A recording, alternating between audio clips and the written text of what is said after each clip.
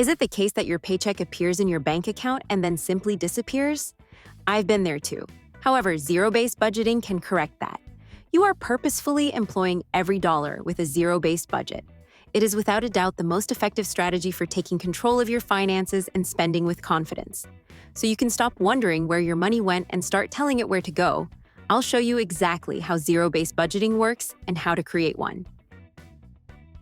A zero-based budget is one in which your income is zero and your expenses are zero. That's all. Before you spend your money, you tell it where to go. It does not imply that your bank account is drained to zero every month. It simply indicates that every dollar has a purpose, whether that purpose is giving, saving, spending, or repaying debt. As a built-in budget safety net, it's a good idea to keep at least $100 to $300 in your checking account. 5 easy steps for creating zero-based budget. 1. List your monthly income. Include your monthly earnings. Using a piece of paper, you can list your income the old-fashioned way. What then constitutes income?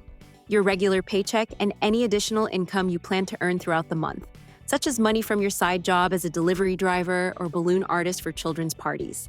Make a list of everything and add it all up. That is your monthly total, or what you have to work with this month. 2. List your expenses. Okay, now that you know what will be coming in, it's time to plan what will be going out. Make a list of everything you spend money on each month. Moreover, I mean everything, in addition to the bills. To see exactly where your money is going, look through your bank account or your most recent bank statement. Listed below are your costs. Giving. Begin with kindness. Here, I recommend setting aside 10% of your income because it helps you focus on what really matters and sets the tone for your budget. Saving. First, pay yourself. Make this a top priority, whether you're saving for a big purchase or an emergency fund.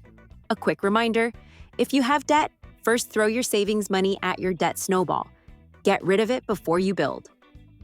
The 4 barriers, food, utilities, housing, and transportation, are the first things to budget for. Other expenditures add insurance, debt repayment, childcare, and all the other stuff. Fund money, subscriptions, and random Amazon orders after the big stuff is taken care of. 3. Subtract your expenses from your income to equal zero. The objective is straightforward. Attain zero after deducting all of those costs from your income. Didn't succeed on the first try? Greetings from the club. No one nails it on the first pass, and that's totally fine. You can fix it so that you have a zero-based budget. Got any extra cash? First and foremost, rejoice. Perform a victory dance, or if you're like me and can't dance, a firm fist pump. Toss some confetti. After that, put that money to use. Where? Immediately follow your current baby step. How does a baby step work? I'm happy you asked. Your tried and true plan to save money, pay off debt, and build real wealth is the 7 baby steps. Therefore, if you have any extra money in your budget, put it toward your current baby step. That is how you make significant progress toward your financial objectives. What if you're losing money? It's a red flag if your expenses exceed your income. But don't panic. All you need to do is make some cuts. Take out those metaphorical scissors and begin cutting costs. You can reduce or eliminate some spending categories. I would begin by cutting that restaurant budget in half. Learn to meal plan and keep yourself out of the drive-thru. You'll be glad you did. Is that still insufficient to cover your expenses? It's time to make more money. Get creative, sell something, or start a side business. I don't care if you spin signs, detail cars, or walk the dogs in the neighborhood. It plays if it pays. This is how a zero-based budget is constructed. However, I have 2 more steps that will assist you in actually sticking with it. 4. Track your expenses all month long. Zero-based budgeting is not something you can just set and forget about. That budget that you made, it is a tool, not a decoration. Additionally, tools can only be utilized. Therefore, monitor each transaction, each and every one. When money comes in, log it. Track it in the appropriate budget category when it goes out. Have you made $100 from a side job? Drop it in your income. Paid rent? Take it out of housing. Have you filled your tank? That is categorized under transportation gas. You can stay on top of your finances by keeping track of your expenses. This is how you avoid overspending and wrecking your budget. 5. Make a new budget before the month begins. It's possible that your budget doesn't change much from month to month. but it will. Therefore, you must establish a brand new zero-based budget every single month.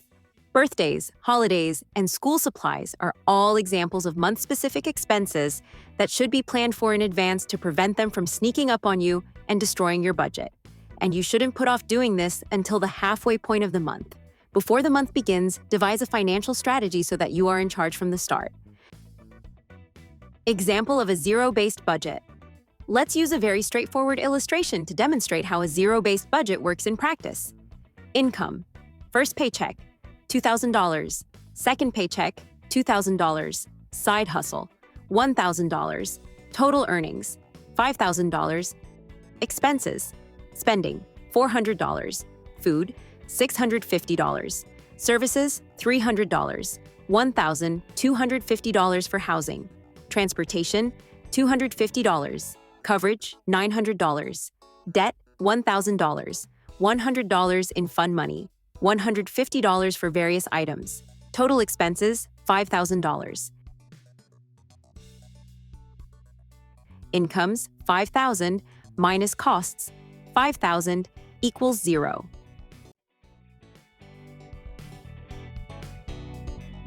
Thanks for watching. Please like this video and don't forget subscribe.